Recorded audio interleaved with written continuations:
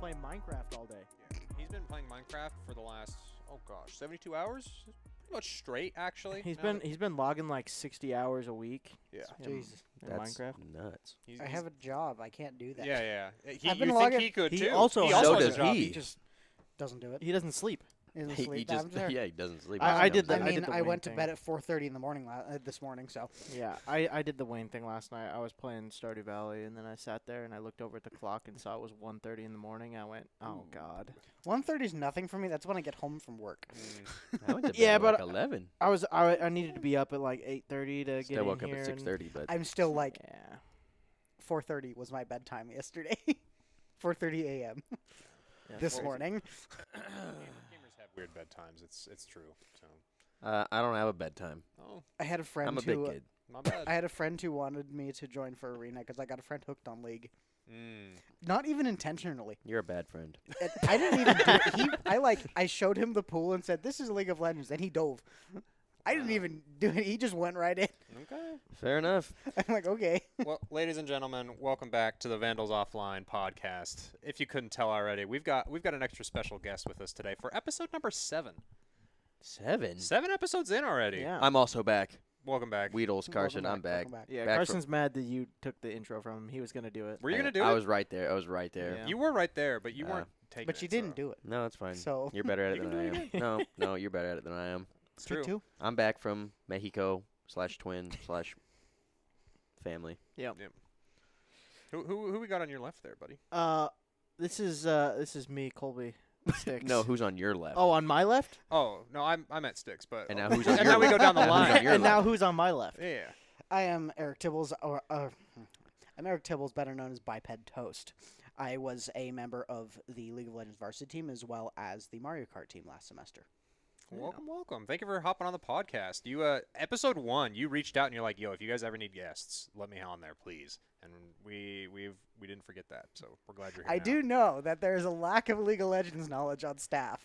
So there's a League of Legends episode today. Yes. Yes, indeed. That's where the viewership just tanked. Plus Mario Kart on the end. Yes. Yes. Just to bring that viewership a little up. Keep that retention rate going. Yeah. So. Yeah. We're here 'cause for the it's Mario Kart, not for the League. MSI going on right now. MSI Yeah. is currently running Yeah. You got a team you're rooting for? Flyquest. Flyquest. Only NA team left. That makes It's also the sense. only NA team that's actually good. Yeah, from the stuff that I've seen and talked about with Sam and Wayne about for League this year. No, yeah. Flyquest put NA back on the map forever actually. Eastern League of Legends has always been better than Western League of Legends. And then at Worlds, Flyquest took what was considered the second best team in the world to Game 5. Wow. Okay. So they've been pretty good. I thought that Flyquest was on the up and up. Like this is their second year being good now? Is that around right? So. They also have my favorite player. He used to be an EU player, and he came over to NA. Okay. I'm a Whippo fanboy. Shouts out. We'd love to see him. So. Whippo the GOAT. I mean, so you've been following League. What kind of things have you been seeing from MSI that's like shocked you or like surprised you in any regards, or is it pretty storybook? All things considered. Honestly, it's pretty storybook. It's been mostly Western teams getting dumpstered by Eastern teams, just repeatedly as normal. And then recently we just had a set. I think it was between Genji and T1, or it was either Genji or BLG versus T1. T1. Which T1 won Worlds last year. T1 also has Faker, who is one of the greatest esports players of all time. He probably just is the greatest esport player of all time. I would consider him the realistically. greatest. He's been on top since the start of his career, which has been like since the beginning of League of Legends, which is I think 15 years at this point. He's been on top the entire time. I've never heard of him. You've never heard of Faker. He's actually the only League player I've ever heard of. So If you I've know never a heard of League player, you know Faker. yeah. Well, there's the issue. Okay, so you're just way out of the loop. In The this. bro is Dude. gone. That's crazy. Once you said Flyquest was NA, it Oh blew yeah, my mind. we had this conversation on the 4th over at Wayne's because Sam was talking to League. Yeah, that blew my mind. And I was like, that's so Is out it of the same Flyquest? It's Yeah, the same same Flyquest. Same org, yeah. But They're just NA for Australian League. in CS. Yeah, in they're CS just they're NA for League, Australian. yeah. In Weird. general, they're Australian because that's Is, what is they it are in an Smash Australian 2. org? Yeah, it's an Australian Yes, It's org. just they're an just NA it's just NA an NA team is team. League. Gotcha. See, Weird. that's so weird. Of course, the NA special for League of Legends is import players. That's like when the American, like the USA math team beat China for the first time. They were all Chinese.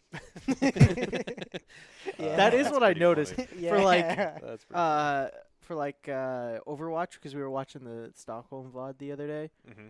Everybody was Asian.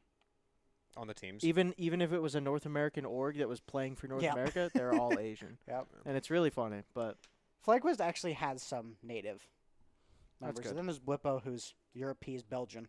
Hmm. And then I like think the there's waffle. Yes.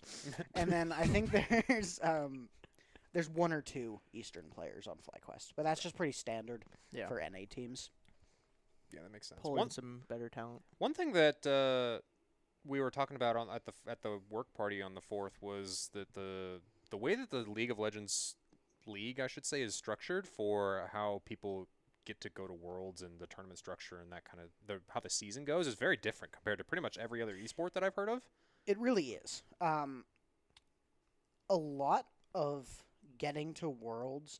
So this year was different because the LCS cult has been discontinued. So that was the North American League, and now the LTA, which is North America and South America. Yeah. Meaning that to MSI, each section of the LTA only got to send one team. Mm. So North America sent Flyquest, South America sent PRU. Okay. So options are, there's a lot less people from the West Mhm. at these events now. Mm-hmm. And mainly it's just LTA because of that merge. Sam and I have spent a lot of time talking about it. Both of us are very unhappy with the way it's worked out Yeah. because there's Flyquest, which is actually a good team, and then there's the South American team, which is rated at the very bottom of the event. So for the Americas, there's very little talent compared to elsewhere. Right. Yeah, that makes sense. And in other esport titles, like in fighting games and in Counter Strike, what we were talking about is it's just there's not a regular season that people play for in order to qualify for one of those spots at Worlds, right? It's we have a bunch of tournaments that go around both in North America and in South America, and then if you win those tournaments, then you are qualified to go. That is a big Riot thing. Mm-hmm. Yeah. They've been doing that forever for League, and League's been around for how long at this point? Yeah, long time. League Esports has been around since the beginning of League 2, Yeah. which is the only year that a Western team won because Eastern teams weren't allowed to play the first year. Fnatic won Worlds. Loophole. That's the only time, by the way. But one thing that's nice about the way that League Esports is structured is there's always something to watch. Mm. And because there's so many different leagues, I will get random notifications if I'm on League at like 2 in the morning that the LCK is playing. Mm-hmm. So the Korean league is actively playing and I can watch. I really like the way it's done. I think it gives teams a chance to do those breakouts. Mm-hmm.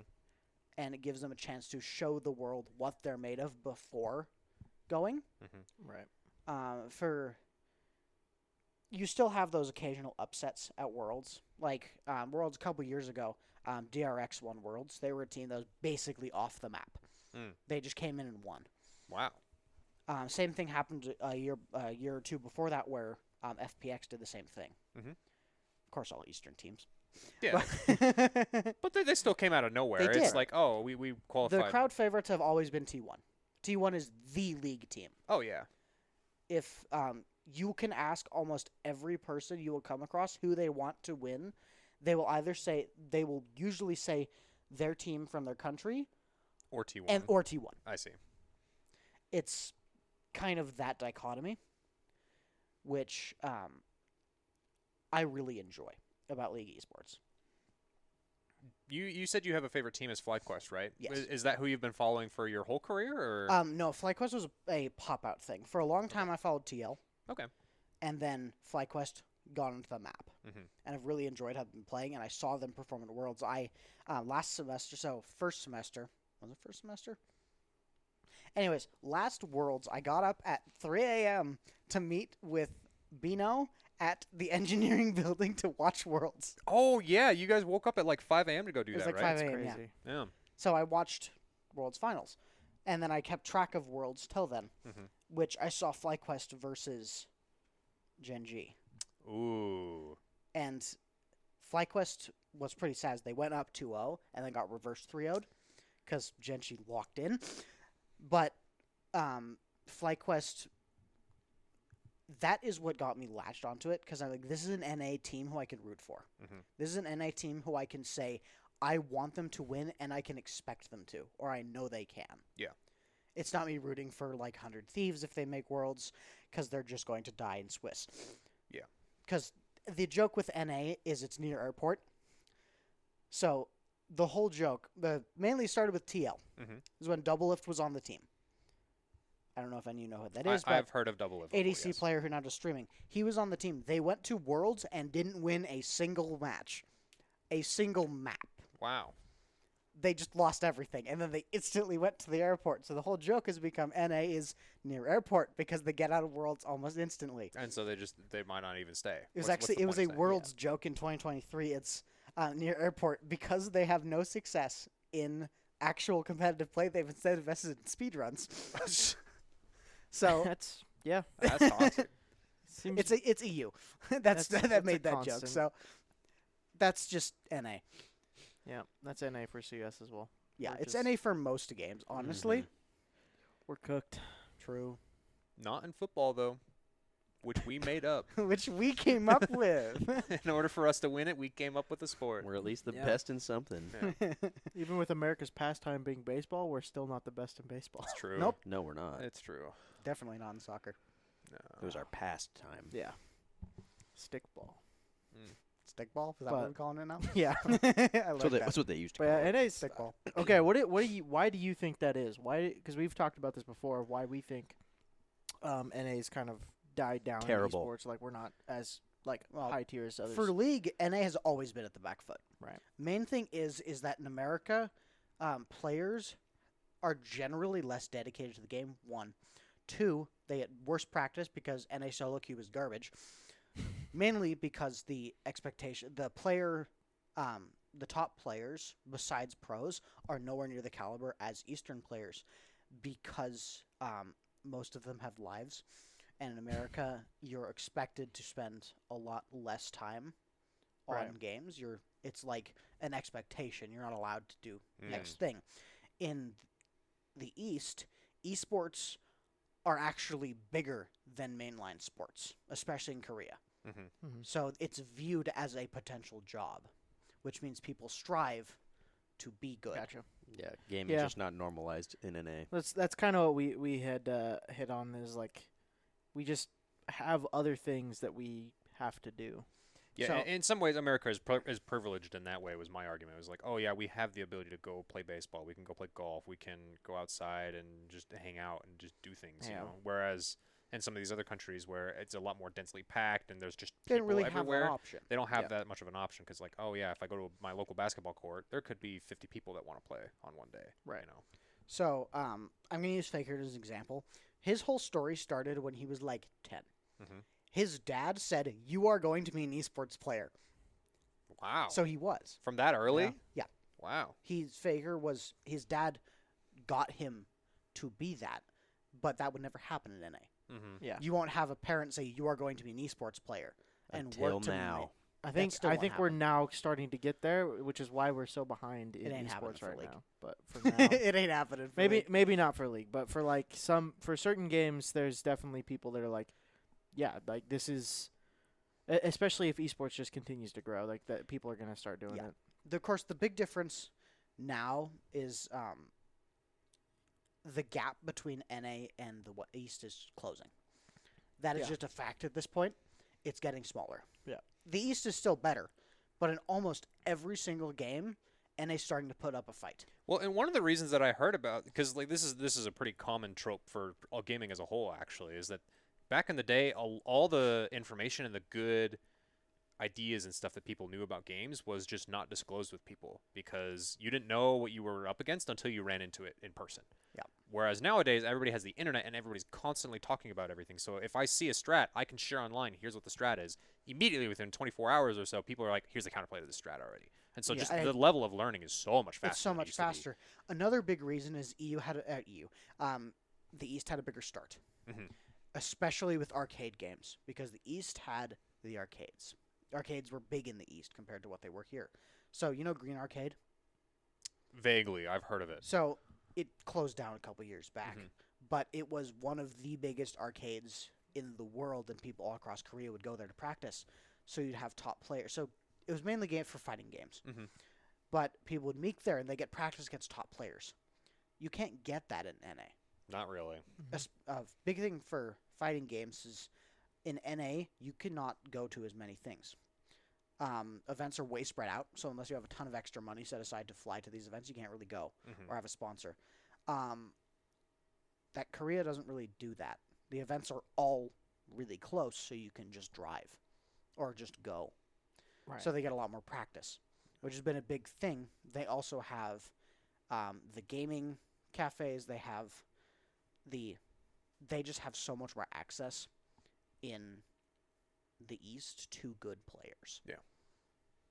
Yeah, that makes sense in my mind. So Checks out.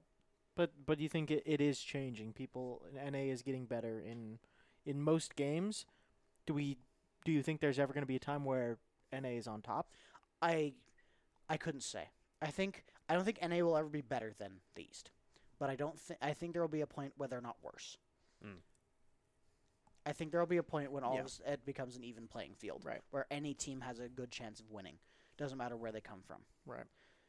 But I do not think the West will surpass the East. Fair enough. Is it common in like League for people to make international rosters? That doesn't happen in League. International rosters are not really a thing. Okay. To a degree, because to get to international events like MSI and Worlds, you have to do well in a standard league. Right. Which means you have to have a team for that league. Right. There are quote-unquote super teams made every so often, where it's just super top players all bought for one team. Yeah. So, costs a ton of money. But international teams are nowhere near as prevalent. Okay. Because they're much, much harder to make. Gotcha. Because that was another thing that came up when we were talking with Sam about it, was that CS, there's a lot fewer teams, we were realizing. And we were talking about the distinction between like Tier 1 and Tier 2 and stuff like that. And which all of this was just flying over my head because I don't follow League like at all. But she said that there's like 60 Tier 1 teams or something like that. And in CS, Tier 1 is a vague thing. There's not teams that are set as Tier 1. It's pretty much if you're top 10 in the world, you're considered Tier 1. Because of how Riot structures League, right. Each region basically has separate leagues, and there is a Tier 1 league. Yeah. That's what she was saying, is like that there's these different like distinctions between, and you are set as Tier 1 and you have to move up from Tier 2 into Tier 1 and stuff like that. So I was like, this was all very different from what I was like, what I'm used to. And in CS, it's now very common to have international rosters. There is like 4 even Tier 2 teams that are like international rosters. Like you have the Mongolian team is one of the few that are like probably one of the only Tier 1 teams that's an international, or that's not an international roster.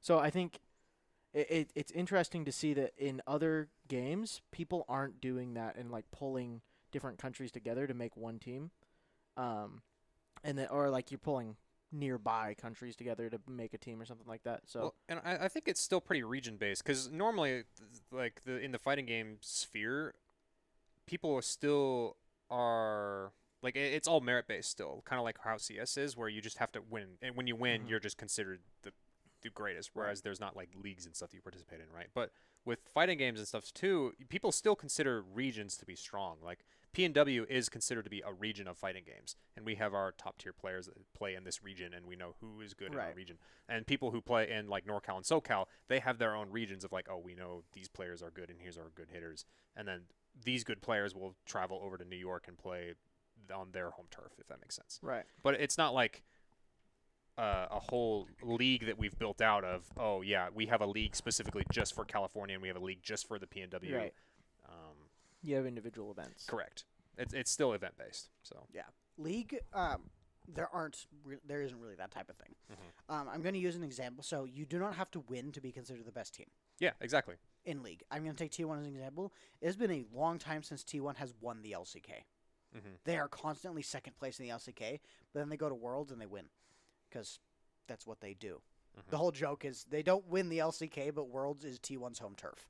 Doesn't matter where it is, just Worlds is their home. Mhm. So they're always the team to beat at Worlds, even if they come in as the LCK like Seed 4, which they actually won Worlds as. Yeah, because they won last year, right?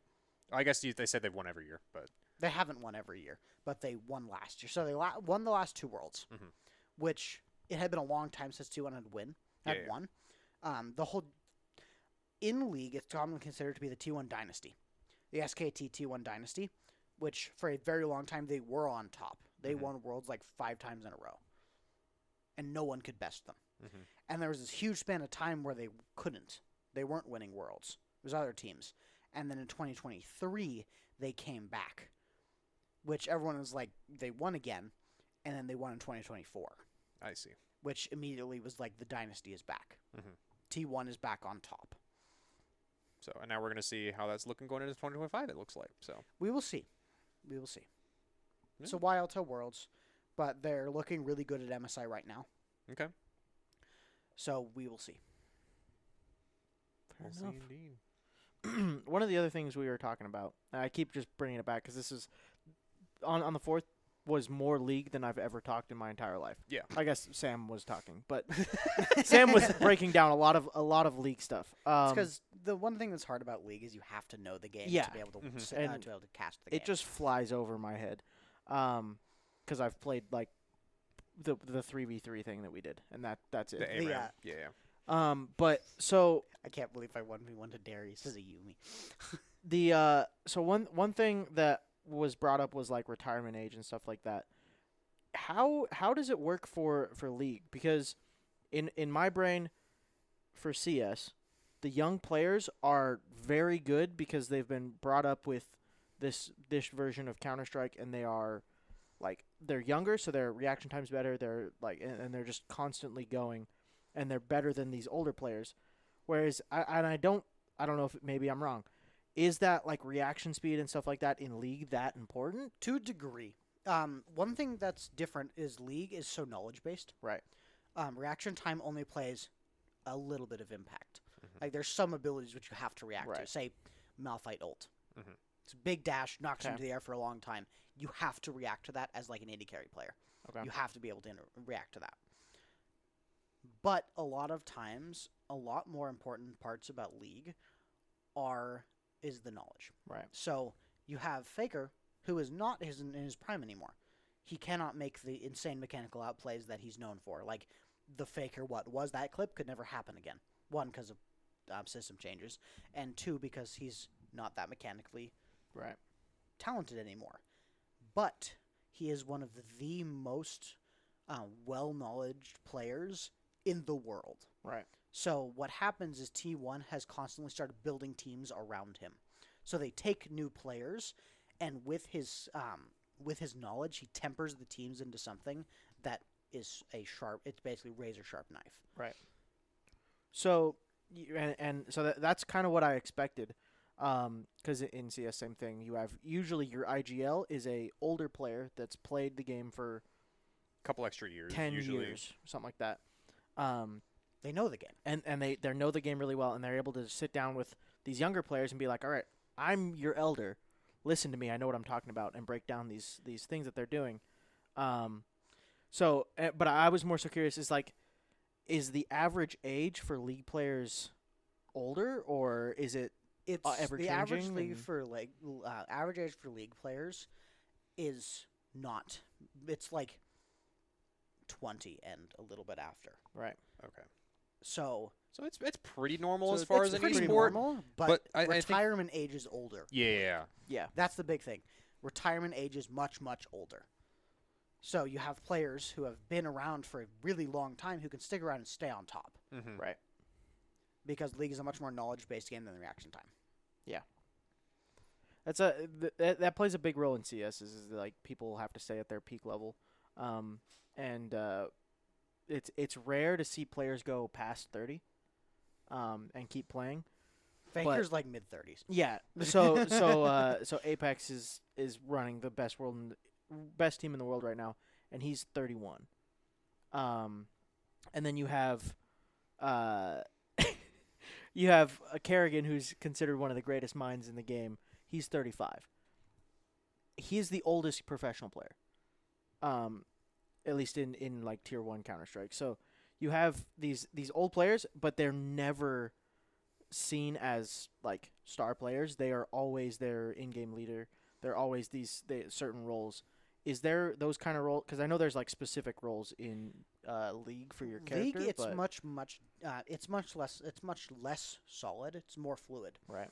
Like you can assign roles to people, but one thing that you're expected to know for professional League, you're expected to have what's known as macro, basically game knowledge and decision making. Mm-hmm. Another thing about age, even though I keep using Faker as an example, but he's an easy example to use, he's still considered the second best mid laner in the entire world. Okay. Even after so long, he's still considered the second best mechanical player. The only person above that is Chovy, who's the Gen G mid laner. But Faker has still put him on the ropes again and again. At Worlds last year, he kind of made him look like a fool, actually. Fair enough. Yeah. But yeah, that kind of answers my question of like the age thing doesn't necessarily play that much of a role. And I know in other games, like fighting games specifically, does it play that? Because everyone that I've seen that's like big in fighting games, it's always been the same people that I've seen. Daigo. Yeah. Daigo is a big hitter. He's not like as big anymore, obviously, Yeah. because he's almost in his 40s actually, if I remember correctly. He was in his like early 20s when he started his career. Mm-hmm. Is Sonic Fox still big? Yes, but not in the big title games like Street Fighter and Tekken and Guilty Gear. You know, he was the big Dragon Ball player, is what everybody remembers him for. Really, He's as the far as king my of the generation. external games. Yeah. So he plays a lot of schoolgirls still. But yeah, the reason that these top players get to stick around for a long time is it's a lot of the knowledge check stuff as well.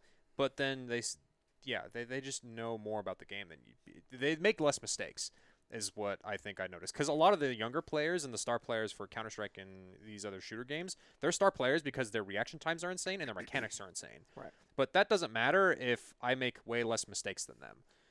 League is much the same way. One thing about League is the most important thing as a pro player is do not mess up. Mm-hmm. Because mistakes in League are way more punishing than in any other game, besides maybe Dota. Yeah. Because it's a MOBA. The way MOBAs work, if you're not that as knowledgeable about it, basically a death is not just your death. You're not dead for the round. That is more money into the pockets of your opponents, which makes them stronger than you, which makes it easier for them to kill you. So falling behind in League is so punishing. That's why you'll see. So my main role, I play top lane. Mm-hmm. Top lane in esports is kind of just a snooze fest to like 20 minutes. Because you don't want to up. So you don't make the mistakes. You just don't do anything that could punish you. There's other lanes that are different. Like mid lane, there's a lot more plays going on in mid because it's less punishing when you die in mid. I would say top lane is the most punishing role. Top lane is the role where you die once and sometimes your game is over. Just as a whole, straight up. But other roles like jungle, mid, AD carry, support, depending on the support, sometimes you can die once and it's fine. Because you can still be back in the game. Yeah, that's a lot of pressure. Yeah. Because generally in other games it's not like I don't know, because in League I was under the impression that you can kind of carry your lobbies if you're good enough up until like the plat range or so, and then after that you kind of have to start. You can carry past plat. You can. If you are good enough, you can carry up into masters. Okay. Wow, really? All the way up to master? So a challenger player can solo carry games up until like low GM, Wow. depending on the character they play. Okay. There's some characters that can't physically can't do that. Mm-hmm. Say you play Ornn. Ornn cannot solo 1v9 games by himself Yeah. above plat, because then you have players who actually know what he does. Mm-hmm. That's kind of just how it boils down to. It depends on the character you play, 1. Depends on the role you play, 2. And it depends on how good you are. Yeah. Big thing about League is once you get to about Diamond 1, mechanics are about the same from like Diamond 1 to Challenger. Yeah. There's some variance, but it's very, very similar mechanics. I think that's a pretty common The theme. only difference in is your games. macros, your game knowledge, your decision making. Mm-hmm. You can't carry past that point because people know how to beat you. Mm-hmm. The exceptions are, say, you take pro players. Pro players are way above everyone else. Right. So, I think Blippo hit rank 1 recently. As effectively, he can just solo carry games because he knows how to play the game better than everyone else. Mm-hmm. He just knows things. He knows what you don't. Oftentimes, he'll know your character better than you will. That checks out. That happens. I pretty much solo carried games up into high plat. Okay. And then I got on a losing streak and fell down to the bottom of plat because League. But I climbed through gold with like an 80% win rate. Because I had never... first semester, I came in as a gold player because I never really played ranked. Mm-hmm. And that summer, I had been grinding to get up to gold with like an 80% win rate. I joined the team, and throughout the semester, I climbed and climbed. I got to 1 game off of Diamond twice. First game we lost because my team was stupid and didn't end. We lost because they didn't end the game. I'm not kidding. They just didn't hit the nexus, so we lost. We were at the end. Wow. And the second one I lost because of a fire alarm. What? I had to leave my building. Yep, that's unlucky. On my game time. Should have just stuck it out. Yeah. What's funny is it wasn't actually even a fire alarm. It was a drill for the fire department to check response time. Usually, that's why you just take the gamble. Yeah. Are you gonna burn alive? But Or do you so- slow the arsenic? Elo, all the skin on your body. If But you the start to- skins on my character, though, are There you worth go. it. Yeah, if you start to There you smell go. smoke, then maybe you leave. Except for my characters. My characters don't get skins. I happen to play some of the worst characters in the game, mainly because they're what's called pro-locked. Because League of Legends is a character-based game, Mm-hmm. you'll have certain champions in the game that have to stay weak because they're broken in professional play. My 2 most played top laners right now are Gangplank Mm-hmm. and Jace, both of which are very pro-play locked characters and have to be kept at below like 48% win rate to actually be okay. Mm. So I have to work extra hard to climb compared to someone who plays Garen. Yeah, but he's got a cool sword and a shield, though. Like He doesn't have a shield. He has a big broadsword. But his whole thing is Garen. I thought I was right. I thought I was Idiot. right. Garen doesn't Everybody have a shield. point and laugh. But, so what Garen does is Garen doesn't have any skill shots. All of it's point and click damage. His Q is an empowered auto attack, which is just right click on your opponent. Mm. His W is an on-demand damage reduction and bonus armor and MR and tenacity. His E is he spins. He spins. Oh yeah. And then his ult is Okay. point and click 1,000 true damage. All of Fair it's enough. point and click. He can't fuck anything up. So with League being a knowledge-based game, you have to know more than your opponents. How many?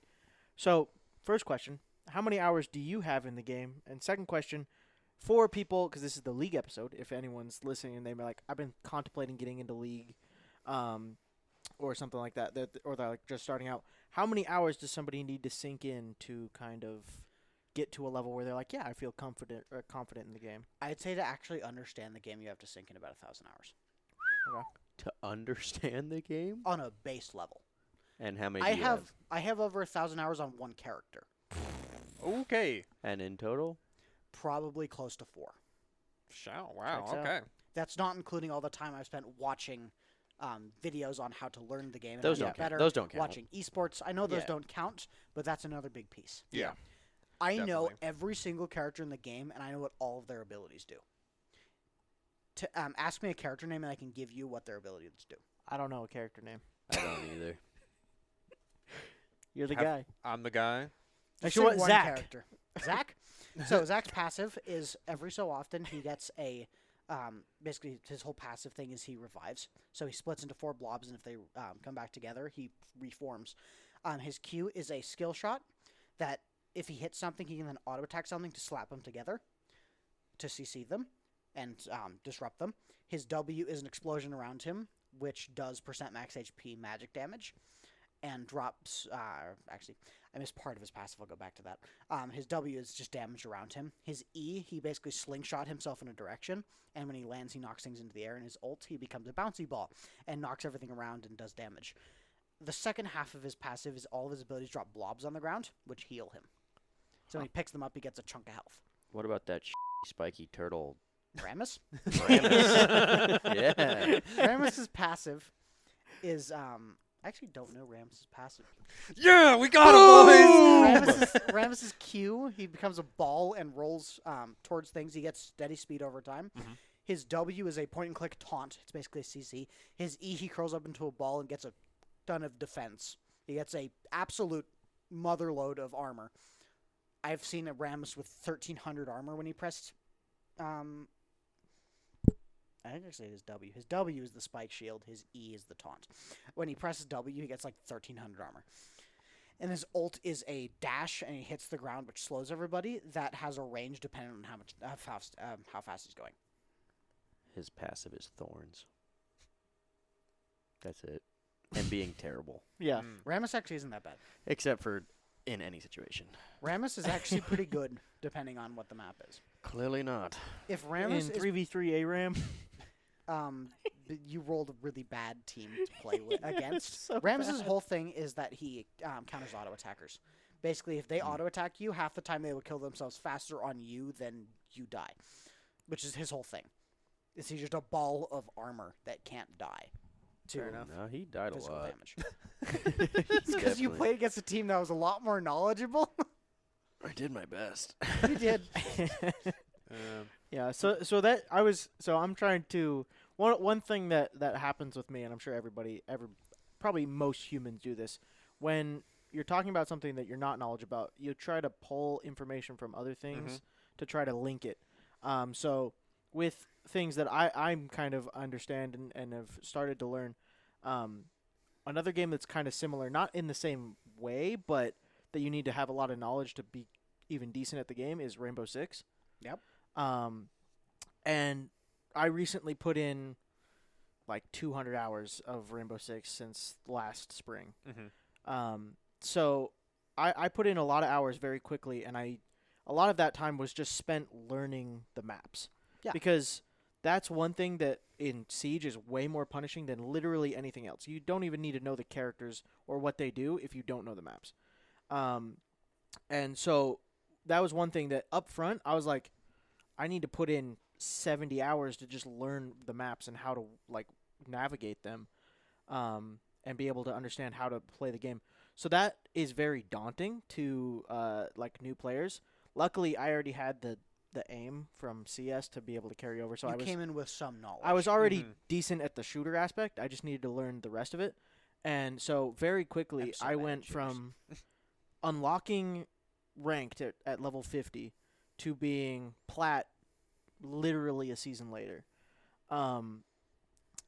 What do you think is that kind of like being able to pull information from one game and being able to like pull knowledge and stuff from learned experiences into a different game? How easy is that for you, and how often do you think that happens for other people? That is part of the issue with League. That's why it's so hard to get into. Is League is the only games where you have transferable knowledge are MOBAs. Right. Because they're so different from everything else. So if you play Dota, you will come into League and you'll know how to play. If you play... Actually, that's about it. It's just Dota. Yeah. League of Legends Heroes is of the such... Storm? Yeah, I kind of. Heroes of the Storm is such a different game. Not even like Smite is the same in that regard? Smite? No. Because Smite's a more combat-focused game. Okay. It's also third person. Yeah. So, which actually changes a lot about how you play the game. Well, so is League, but League is an above. yeah, but that's Smite, still you're third behind the person. shoulder. It's still That's third fair. person. It's a third top-down. person. It's a It's a top-down version, though, third person FPS is more what Smite is. Yes, it's a MOBA, but it has a lot more FPS Yeah. identities. League, the only controls you have you have your number keys for your items, 4 for your vision trinket, your 4 primary abilities, Q, W, E, and R, left click, right click. That's it. League of Legends is a very... also, you have DNF for summoner spells. That's basically it. Besides, like, pings and shop key openings, a lot of it's just extra stuff that you don't technically need. Yeah. Would you consider yourself to be a gamer then? Because generally in my mind, somebody who I consider to be a gamer is somebody who is just good at video games as a whole, right? Yes. But it sounds like you're super duper specialized in League of Legends and I would a couple say of these that, other but games that you I'm play. in... So I'm really good at Mario Kart. Mhm. I'm really good at League. I'm pretty good at... I'm actually really good at Terraria, but that's a PvE game. They still count. That counts. Yeah, Yeah. that counts for your gamer. I'm pretty good at Terraria. Mhm. I'm pretty good at Smash. Okay. I had a stint with Dragon Ball Fighters. What was your team? It wasn't a team thing. I just played the game quite a bit. Oh, and okay. I never got good at that, but that's externally. I have a thing where I'm not good at fighting games. Same. Or FPSs, because I used to be good at FPSs. I used to be really good at Destiny PvP. I used to be really good at R6 when I was on console.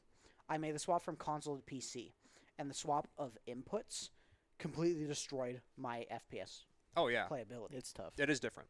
Because of how different it is. And then playing controller on those games on PC is just detrimental. Yeah. It's just worse. Yeah. So, I've started getting better at FPSs again. Mhm. It's just taken a very long time. Of course, Destiny died. I really wish R.I.P Destiny. I wish yeah. Destiny PvP like took off as an esport, because that one would be a problem- really interesting one to watch. It would be. The issue with Destiny is because it's a looter shooter, you will have people who straight up just have better guns than you. Yeah. Yeah, but if you're playing the esport, you're gonna get the It's- things you need. Yeah, but it's also it's the same thing that happened with Overwatch. With you have to play the meta, or you're literally gonna lose. That is true. And that's what I noticed in Destiny when we were playing Trials and stuff. Destiny It's- isn't quite the same. You can make other you things you work, can make other things but work, it's hard. but most of the time it's like I'm literally dying to this same gun for the first like 4 hours that we're playing. It's something that just needs It's like- nerfed, and it isn't nerfed Yeah. yet, and it kills It's- everybody. Yeah, It's- so Because PvP wasn't the focus of the game. Yeah. true. PvP was just an extra thing. It's funny PvP that, had its ups and downs for Destiny 2. Destiny 2 died because Bungie shot it. Yeah, That is I don't know true. what the focus of that game was. Destiny shot it.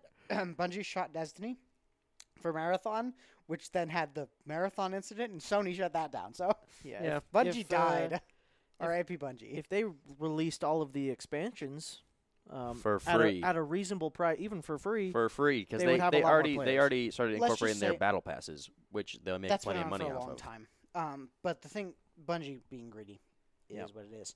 I still love Destiny for a very long time. I've sunk probably like 4,000 hours in Destiny across console and actually it's more than that. between We've console sunk a and PC. lot. I wouldn't say that much, no, I've definitely not. but seen we've that. sunk Well, quite a bit. I grew up with Destiny. Destiny was my game that I grew up with. Watching it go, basically after the Final Shape expansion, so the last one of the Light and Dark Saga, the main storyline, Bungie just didn't know where to go with it, and they kept trying to get the game, but they didn't have people working on it because they were working on Marathon. Right. So the game died. On the bright side, the last expansion was maybe the best one they've ever made, so that was good. So we had something to end on a high note. Yeah.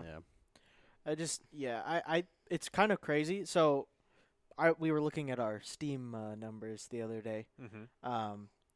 Counter-Strike is my most played game by an it's literally 10 times. How many hours? I just crossed over 4K. My second most played game is Destiny 2, and I've not played it since 2021. I miss Destiny a lot. Yeah. Like I do as well sometimes. I there thought are about days playing I it, but- open up Steam and I see Destiny 2, and it just makes me a bit sad because the glory days of Destiny were amazing. Destiny 2, when it was when it was at its peak, was one of, if not my favorite game of all time. Yeah. Because It there is was a good nothing like game. it. There was nothing like it. Yeah. I love looter shooters, and I love the MMO like grindy aspect of Yes. games. So I really enjoyed it. I I spent just 13 hours grinding for a Heart of Inmost Light. I know, Mike. I love grinding the dungeon for one weapon and never getting it. yeah That I was like pain. I like grinding, when I don't have to grind the same thing over and over. I grinded legendary lost sectors for a chess piece for 13 hours, and I didn't get it. I like grinding it and then realizing I'm grinding the wrong thing. Yeah. it's like if I may or may not have gotten 12 armamentariums. Yep. I like the things that are like, oh, you can get it from this, or this, and then so you can That's change most up what dungeon you're loot doing. tables. Yeah. Mm-hmm. So you have to grind certain encounters Yeah. for weapons. I think the one way- thing that was hard for Destiny 2 is they did the sunsetting cycle, where they got rid of all the old content. Right. The Red War, so the original expansion that Destiny came out with, has been out of the game for years longer than it was in the game. Mm-hmm. At That's this crazy. point. What's sad is all of us at the time that expansion was not good, but all looking back, we're like, that was actually good. So we can't Yeah. play it again. I don't like the idea of sunsetting. I thought that was I stupid. thought it was dumb. Everyone did. Yeah, Everyone thought it that's was dumb, stupid. but Bungie was doing it. So Yeah.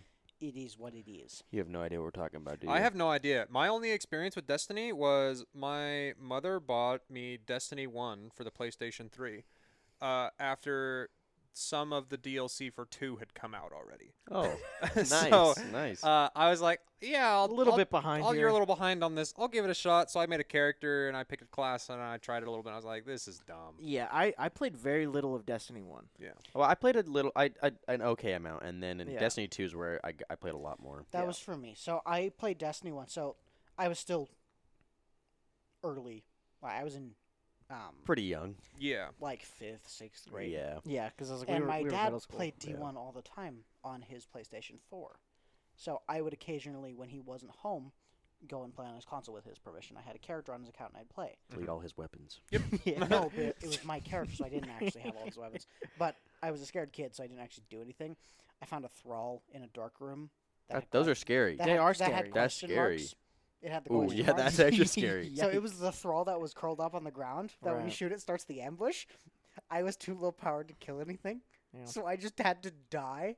Yeah, I nothing never like went in that dark room. losing again. a 1v1 against a thrall. Oh yeah. That thrall didn't take damage. What am I Mhm. meant to do?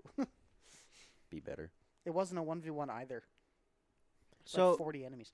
so you loved Destiny when you were growing up gaming and stuff. What was like your first ever game, or at least gaming experience you can remember? First ever experience with games is a game called Earth Defense Force. Okay. Basically, you are a human, and there's big bugs that are on Earth, and you have to kill them. Like, huge bugs, like ants the size of a bus. Like you have from to Wreck-It shoot. Ralph. I was thinking like from Helldivers, was- but that's that is what I was also a is better. good. Well, Wreck Except the one. they're actually ants, so it's just a big ant that's Oh. the size of a bus, Oh. Ah. and spiders. Lots of Elden Ring spiders. spoilers. That was my first game experience. I watched my dad and some of his friends play it. What were they playing it on? They were on Xbox 360. Okay. Okay. That was my first actual game experience. I had a couple experiences with Nintendo stuff before that. Right. Like I played a couple Nintendo games, but that wasn't the big thing. I got super into gaming because of my dad. Nice. My dad's been a big gamer for a very long time. He's been a hobbyist for longer, so he's played miniature games for decades. Mm-hmm. Right. I got into those because of him. I got into trading cards because of him. I got into video games because of him.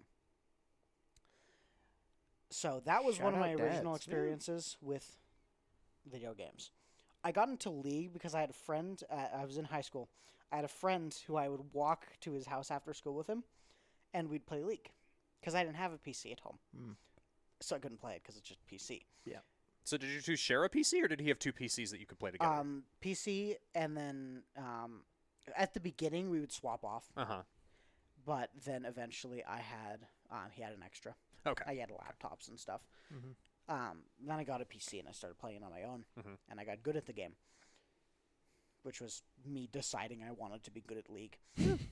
I think with these competitive games, there is a moment where you have to decide that you want to put the work in. It's, do I Right. want to be a casual player or do I want to try and get good? Yeah, because sometimes I think it's not even a conscious decision, because I don't remember the day that I consciously decided I want to be better at Super Smash Brothers than my friends.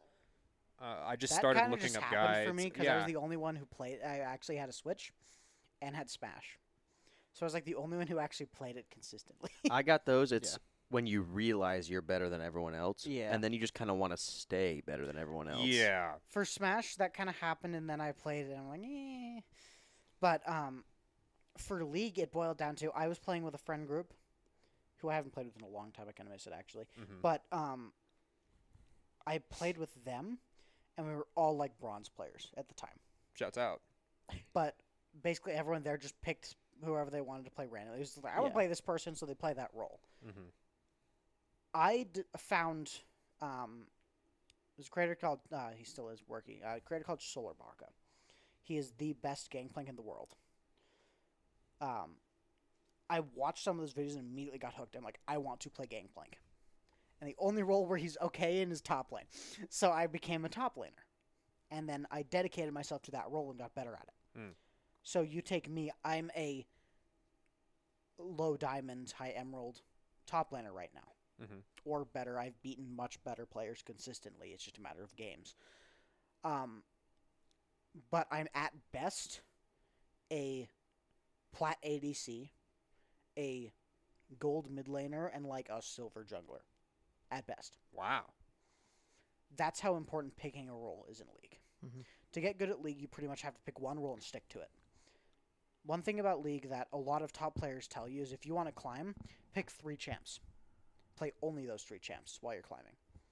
Because learning too many more, because to effectively win games on characters, you have to know that character and you have to know how to win the matchup.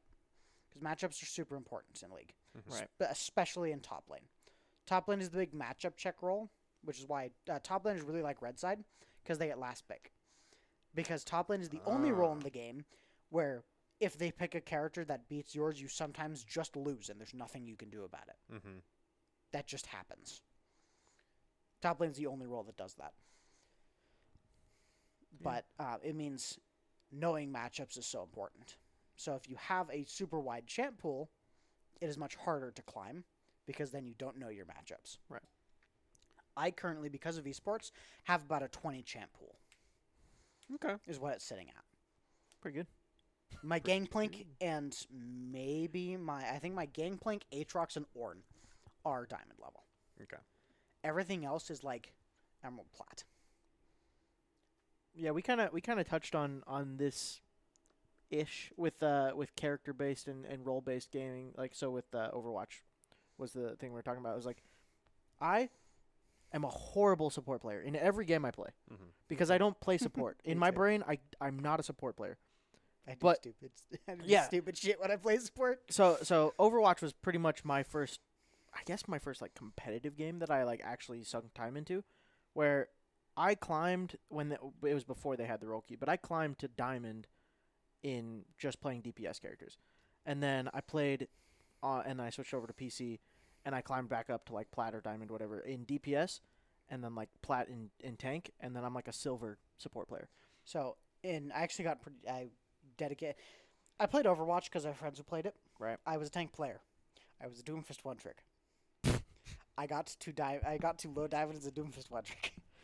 Doomfist is not a tank. In my brain, he's not a tank. But those games, I'm really coin flip. I have some games where I can straight up solo carry. Right. Like I'll have those games where I am just a menace, and then the next game I'm giga useless. So That's just Doomfist in a nut. That's just Doomfist though. So you've played League, obviously, very competitively. Mario Kart, competitively. You've played Overwatch in competitive, not necessarily for esports. Destiny, stuff like that. What kind of sparked this competitive nature in you, you think? I generally have not been that competitive of a player over time. I was more of a casual player. The only games that I'm super competitive in, for the point of I want to win and that's the thing I care about, Right. is League and Mario Kart. Okay. That was pretty much it. And that was because of esports. Only reason I climbed in League was because I knew there was an esports, and I wanted to get good at League so I could be a part of it. Right. That's why I dedicated myself to getting better at League.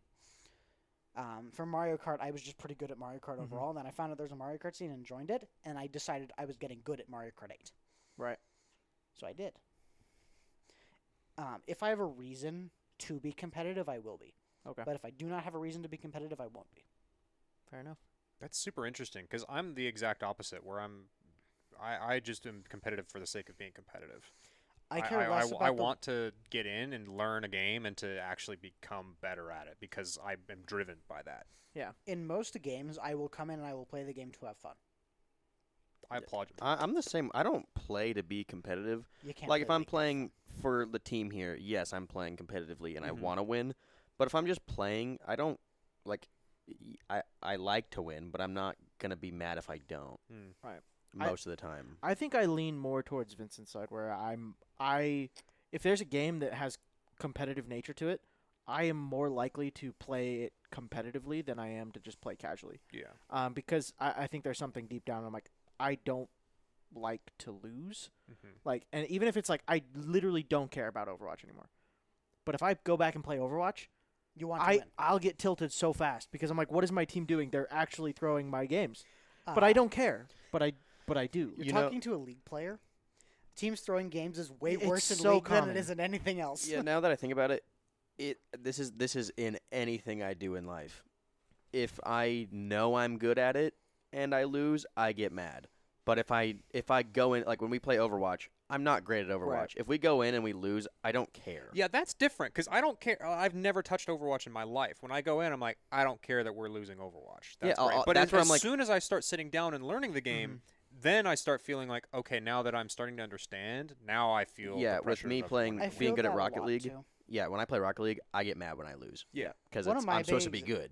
One of my big examples for that is actually Warhammer. So I play Warhammer 40K. Mhm. I am so garbage at the game. Like, I have yet to win a game. Wow. That's pretty good. Okay. Mainly because my army's pretty bad right now, which doesn't help. But I play it because it's fun. Mhm. I play it because I get to spend time with my friend that I play with, and it's a long time. Warhammer games take a long time. Just take a guess at how long the average Warhammer game is. For Hour- a non-competitive. 2 Hour hours. 30. You're both undershooting. 14 hours. It's not. No. You can't say we're undershooting and then be my like, why are games you average overshadowing? 5 hours. That's crazy. so you're playing Battlefront. That's a Supremacy. full gaming session. Yes. Yeah. But that's me coming in with a stack of models, putting them on a table. I have to play everything. Also, now that I think about it, there's an exception as well to mine. Destiny 2 Trials. No, I'm not good at it, but I get pissed off when Oh, I yeah. lose that. Bingo. Then I get pissed. Yeah, I did too. we get so I went close. flawless once and it was solo. Oh, I think I've been one game off multiple times. Oh yeah. I went flawless once as a solo player. It was when solo I don't queue think just I ever started. went flawless. It was the first week of solo trials where you could queue as a solo player. It was entirely RNG whether you yeah. went flawless, and it was on Burnout, Yeah. which is one of my favorite maps of all time. Love Burnout. Our buddy that was really good. Yeah. Could never carry us, but he went flawless solo. Yeah. So one thing, and I think that kind of is part of where my brain goes with gaming and competitive nature of stuff, is there are things that I'm like, I should be good at this, right? Like, I have 4K hours in CS. I have chess. 500 hours in Valorant, whatever. Like, all these FPS games, these tac shooter games, where I'm like, I should be good at this when I go to a new game. And I am, right? Like, I go into R6. I'm better than the rank I'm playing at, or at least my aim is. But my game knowledge is just not there. In Destiny, my aim was way better than most of the people we're playing against, but because they have more game knowledge, they have more stuff, they have better gear, we lose. And it's like, and I think that's kind of why I get upset. I was like, I shouldn't be losing these games, but I am. That's why Destiny can never be competitive, because that happens. Yeah. But game knowledge, League is a big piece of that. Right. Coming into League as a new player is so hard. Yeah. Say League and Dota have, in my opinion, the harshest learning curves of any game. Period. Yeah, that's fair. Followed by like StarCraft. And that's it. Wayne's a big fan of StarCraft. You just hear him get it from his chair over there. He scrambles over here. But League is so hard to get. The League player base isn't growing. And that's mainly why. Yeah. Because, one, the community is pretty toxic, which some of us are like, why? Pretty toxic, brother. It's just toxic. It's better than it was. Because those who are toxic are getting banned now. Because Vanguard said no. Every game's toxic now. It Yeah. is. Any competitive game is toxic. Mhm. But League is especially hard. It's easier to flame in League than it is in other games because score matters more. You look at a player if he's 3-10 in your game, you could say they're inting. Just straight up, because they're solo losing you the game. League is one of the few games where, as in a 5v5, you can solo lose the game. Fair. Is one of the very few games where that can happen. That'd be me. I mean, And that's because it's a MOBA. That's how MOBAs work. I think most competitive games though you could do that. Like where if you're playing bad enough, you are single-handedly throwing the game for your team. I would say that, but League, you can have on your team, if you are throwing the game, Right. if you are playing so bad, no matter how good your teammates are, you can lose. Yeah. League is the one game that I know of, besides like Dota, where if one person on the enemy team gets so fed that they can just carry, there's nothing you can do about it. That's fair. And it's your fault as a player. That's fair. I've had games where I go 15-0 in lane against the enemy jungler and the top laner. Think I'm going to win the game. My bot lane goes 2-30. And I lose. Yeah, I don't know, because like even last night, I was just queuing a game of Valorant with the rest of my stack. It does happen in other games. I'm Yeah. not saying that. I'm just saying in League it's easier course, to do. Of course, but I was put in like a 4v1, and I didn't think I was going to win the round, but somehow they gave me 4 individual 1v1s, and I won them all. And it's like that wouldn't happen in League. I almost close right? to 1v5. I've yesterday done Like, with exactly. CS. I've done it before in League. Like you can do It's it. very dependent on... It doesn't happen in League. It's very hard to 1v5. Yeah. Only a couple characters can do it, and you have to be really, really, really fed. Mhm. And it has to be dependent on what the enemy team is playing. Yeah. I've done it in R6 before. When I was on console, I had one round where bomb was planted, or the diffuser was Right. down, and it was 1v5.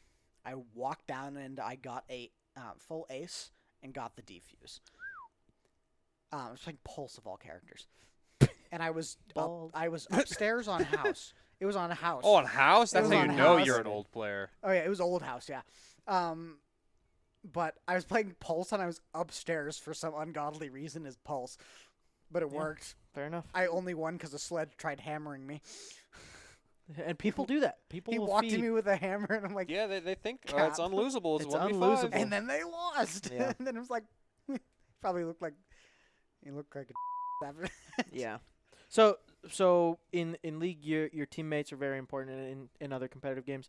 So Mario Kart is kind of, Mario Kart's an interesting case. because you have to play by yourself, but you also have a team that you rely on to do well as well. The Like, very interesting thing about so competitive Mario Kart is a very, very different game from casual. Right. Yeah, you need to explain this, because I hadn't ever heard of this team format when I started. I thought So everybody Mario played Kart- solos for Mario Kart. Mario Kart is for standard competitive Mario Kart is 6v6. Mhm. So you have a team of 6 players versus a team of 6 players. Your goal is as a team to have more points than the enemy team. Right. Which you get by placements. Mhm. Mario Kart, beyond being a skill check, because you have to be good at the game to actually keep up. Mhm. You have to be able to race the tracks and know them, which is a knowledge check. One thing about Mario Kart is for competitive is you have to know the tracks. Otherwise you'll just be left in the dust. Another big thing about competitive Mario Kart is the concept of bagging. Mhm. Competitive Mario Kart, or if you want to win, there's some tracks in the game. I'm going to use Cheese Land as an example for Mario Kart 8. Cheese Land is one of the biggest baggers in the entire game. Because it is more optimal on Cheese Land to sit in the bottom 4 of the total players to get good items to make a comeback. There's some tracks in the game like that. In competitive, as a team format, it's always worth it for someone on your team to go forward. Always. Even Right. on super hard baggers. Someone has to go forward. Because that's the only time you'll get good items. Because Mario Kart 8's item system is placement-based and distance-based. So to get stars, you can be any place below second, and you have to be a certain distance from first place to pull one. So that's what we call pulling back to get a dodge. To get the shock, so the lightning bolt, most impactful item in the entire game, you have to be in the bottom 4 and you have to be way in the back. One thing competitive that's super important, depending on the match, usually on first lap you have to say, do we need the shock? If the answer is yes, you will have someone in your team, or usually 2 people on your team, intentionally fall back to dig for the shock. Their job is to get as many items on set as they can, which is 2 because they nerfed bagging, at shock distance. And if they pull it, you're fine. If they don't, you will lose. I didn't even know that the mechanics in Mario Kart were that deep. That I didn't like, They're either. deeper check than for- that. Yeah, I didn't even know that. There's a mechanic called soft drifting, which if you hold your joystick at about a 35-degree angle while you're drifting, you go wide, you go the neutral drift, but you get the inward drift charge for your mini turbos. Oh, I did hear about this. There was a GameCube controller episode that came out, or just a YouTube video that came out where it's like, oh yeah, I use GameCube controller because I can set my joystick in this specific angle. And then if you put it in the angle, you get soft drifting. Yeah, exactly. There's also a bunch of other mechanics. There's it's known as motion glider. Yeah, motion glider is a big one now, or right at the end of 8. There's it was also becoming very glider big. vectoring, Mhm. which if you take a glider ramp, go off at an angle. When you pull in, you are going faster than if you're going straight. Which doesn't make sense. Because you're going in an angle, and the way the game's coded, it makes you go in that direction faster, so you're keeping the same forward momentum. If you're not going forward in that way, then you're faster. Motion glider is when you're layering standard controls with motion controls. Because when you're in glider, you can Okay. actually layer them at the same time, which allows you to do really stupid things. There's a couple tracks that are entirely on a motion glider. You have to know it to win. Yeah, that was like the big reason that most people play it on a pro controller is because of the motion control that you get through it. But It's actually easier to do motion glider on a GameCube controller. because you use the D-pad, right? Use the D-pad. Yeah. You have to get used to it, but you can always use motion glider. The reason people use Pro Controller is because you get shake tricks. Mm, Most of the time, you don't get shake tricks on GameCube because there's no motion controls. right. There's some spots in the game where you kind of have to shake trick, otherwise it's physical torture because you have to hit the button at the right time. Mhm. Another big thing, I think the hardest part about getting into Mario Kart competitively is you have to put in the time to learn the tracks. For the Mario Kart teams, you are given a every week we had a time trial challenge which we had to meet, or the goal was to meet the times. I sunk the first time trial challenge. It was, I think I was playing Madrid. It's a DLC track, but I sunk 10 hours just to learn that track to get the base time. Over the semester, getting base times became easier because I got better at the game. At the end of the semester, I was hitting the good times. So, Okay. So, this is a common thing that we're bringing up is when you start a new esport or new competitive game, you have to dump a lot of time into this game. yes. What do you think? I'm just going to throw a couple questions at you towards the end of the episode. What do you think is the easiest esport to get into? I think Well, 2 answers. One for playing and one for watching. Because we discussed Oh, yeah, those we've are also two talked different about league or answers. neither of the above. Yeah. Yeah. I would say that, in my opinion, the easiest esport to get into is probably like Apex. Really? That's what? That's fair. FPSs are inherently simple games. Mhm. For the degree of your job is shoot them and kill them before they kill you. Mm. For Apex, it's the last one alive. The knowledge Right. check for Apex kind of boils down to what characters do to a degree, Mhm. how to play maps, and what weapons are good and what you should take and not, and what you should carry in your inventory, how to use grenades, and how to use all your med stuff. Mhm. That's about it. So in that vein, wouldn't something like Fortnite just be easier then? Because that's all the same except there's no That's character fair. differentials. I think Fortnite, the issue But with then getting you into get Fortnite building. and then you get building. Yeah, building's rough. Isn't no build more? I don't think That's they do. common I nowadays? don't know if think they. I don't know if they do competitive. They don't no do build. competitive no build as far as I know. Okay. That's for casual. I So see. the thing about competitive Fortnite is you have to know how to build, Mm. and building's skill Nice. floor is very, very high, Building's more important than anything in that game. Yeah. which the skill floor is very high. Okay. Yeah. I would say the easiest game to watch are for sure FPSs, because you do not have to understand the game to tell what's going on. I'll don't- one up you.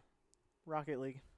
He's got Rocket one. League's the easiest to We watch. That's Rocket League's easiest to watch. It's Rocket League, Smash Brothers, That's fair. fair. That's fair. or FPS games, yeah, that's fair.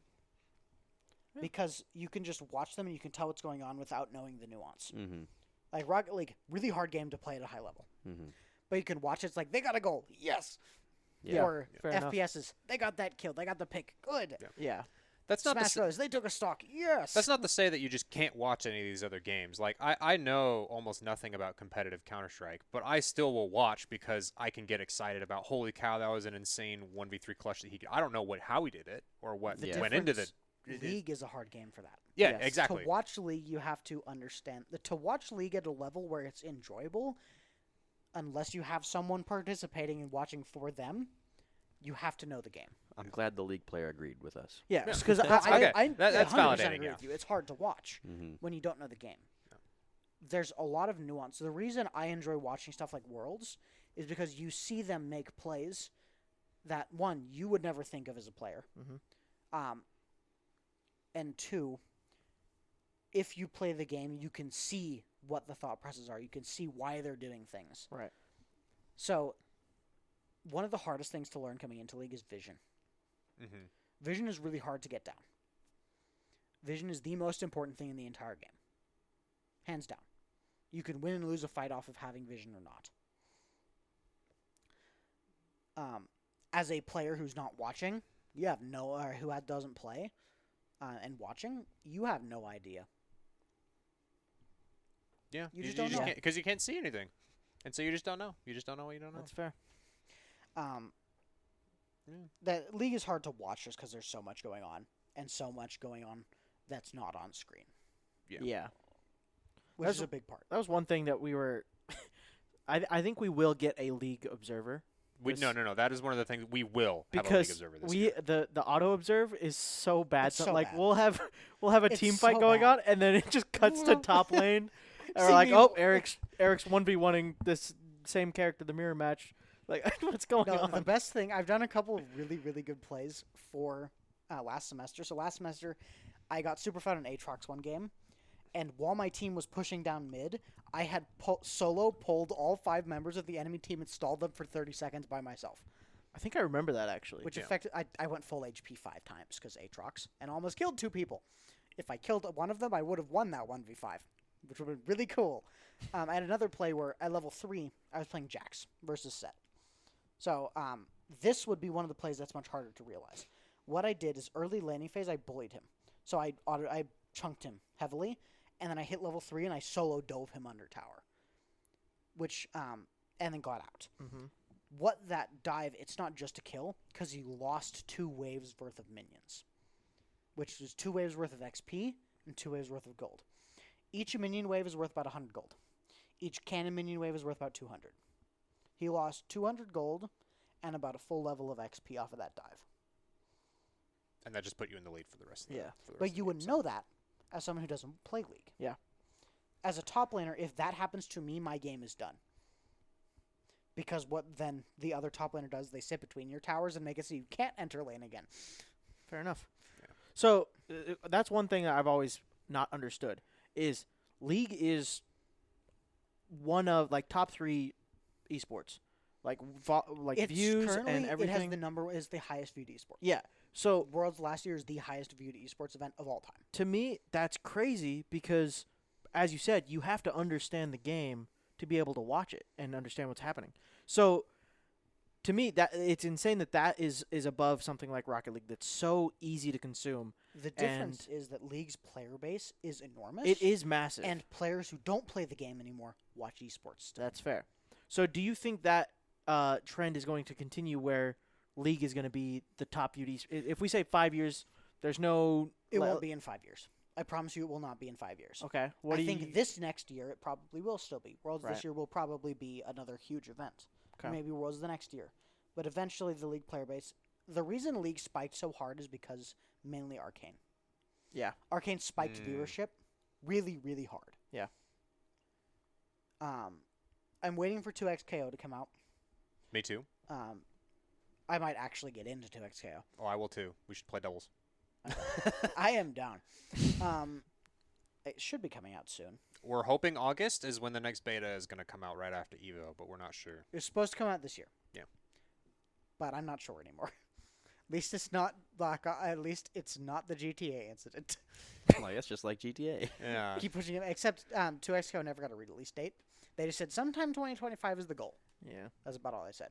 What's nice about 2XKO is the two lead designers. The two people who are leading the building of the game are the two guys who started Evo. They are That's fighting pretty cool. game players, so they're building a fighting game for fighting game players. Yes, which is what a lot of people have said about the game. Yeah. As the people playing the beta, it's like this is fighting game built for fighting game players. For gamers by gamers. Yeah, pretty much. So I'm a little sad that the roster's as small as it is. it'll get big. I promise. League has 170 characters right now. They'll constantly be putting characters into that game, so we're not super worried about it. I want Gangplank. It's pretty likely, honestly. He'll be a while. He has to be a setup character with how he plays. Yeah. Just so we're clear, I am so far into the Gangplank thing where my next tattoo is going to be a Gangplank tattoo. See, I can tell you kind of like Gangplank. I Just picked, a I little picked bit. that up So on much subtle time. details. Yeah, it's so Hidden subtle. Eric lore. I Yeah. wasn't really allowed to play him during the last semester because he was really, really bad. Yeah. Like, bottom 3 top laners bad. Fair enough. If Gangplank isn't being picked in pro, he's really bad. So, Well- okay. Well, hold on. I have some Oh. bad news for us, unfortunately. What? Out of 10. Much like our time trials that you were going through, our time trial is now officially Well, over. I was going to ask one more So question one more to send it off. and we'll send it off. What are you looking forward to in the next semester? Are you going to be on the varsity team? Are you going to try out again? I have to do tryouts again Okay. for League. But Mm. one thing that's very different about this upcoming semester is I will be filling a more leadership position for League. Mm-hmm. I will be running tryouts. Oh, okay. So I will you're- be making teams. You're becoming the captain for the team. It's not exactly captain, but at this point, I'm going to be the connection between the League teams and Sam. Mm-hmm. I'm going to be that space between. So I will be the one who my players answer to across all League teams. So you're the captain. You're the captain. You're the league captain. Unofficially. It sounds We like heard he's the Wayne coach. yell. Because are you intending on playing for one of the teams as well? Okay. Yeah. I will be more team lead. Okay. I will be game lead. Okay. There's an actual title, but I can't remember what the title is. But I will act as the connection to the staff. You heard it here first, folks. So if you want to get into contact about playing League for University of Idaho, hit this guy up. BipedToaster on Discord is where you can go find him. Yeah. Anything else you want to shout out while you're Yeah. on here? I think I'm good. All right. Well, thank you for hopping on. We appreciate having you on. Thanks for having me. You're our third official guest, so shouts out. I know we had back-to-back episodes of guests, but I mean, we figured with MSI going on, we should probably get somebody a little bit more knowledgeable than us. So Yeah. thank you for being here. Yeah, No problem. this has been I'd love to be Vandals. back if I have time. Yeah, eventually. Yeah. Probably around maybe tryouts or something. We're going to have a lot of more guests on as soon Yeah. as School starts School back up. starts. Yeah. So. But yeah, this has been Vandals Offline. We're headed Heading headed online. offline. We're heading on. See, you there's a didn't- thing that we do If you didn't know, it is a play It's on a words, play on words. because of we awful- usually online. go online. but it's we're But Vandals but we're offline. Vandals It's like a play on offline. words of It's like hidden online? So right Online now, and offline. so are right play- now we're they're gonna a go play online. on words. You got it. We're Yeah, I going got it. online. I got it. All right, we'll catch you guys next week. Peace out.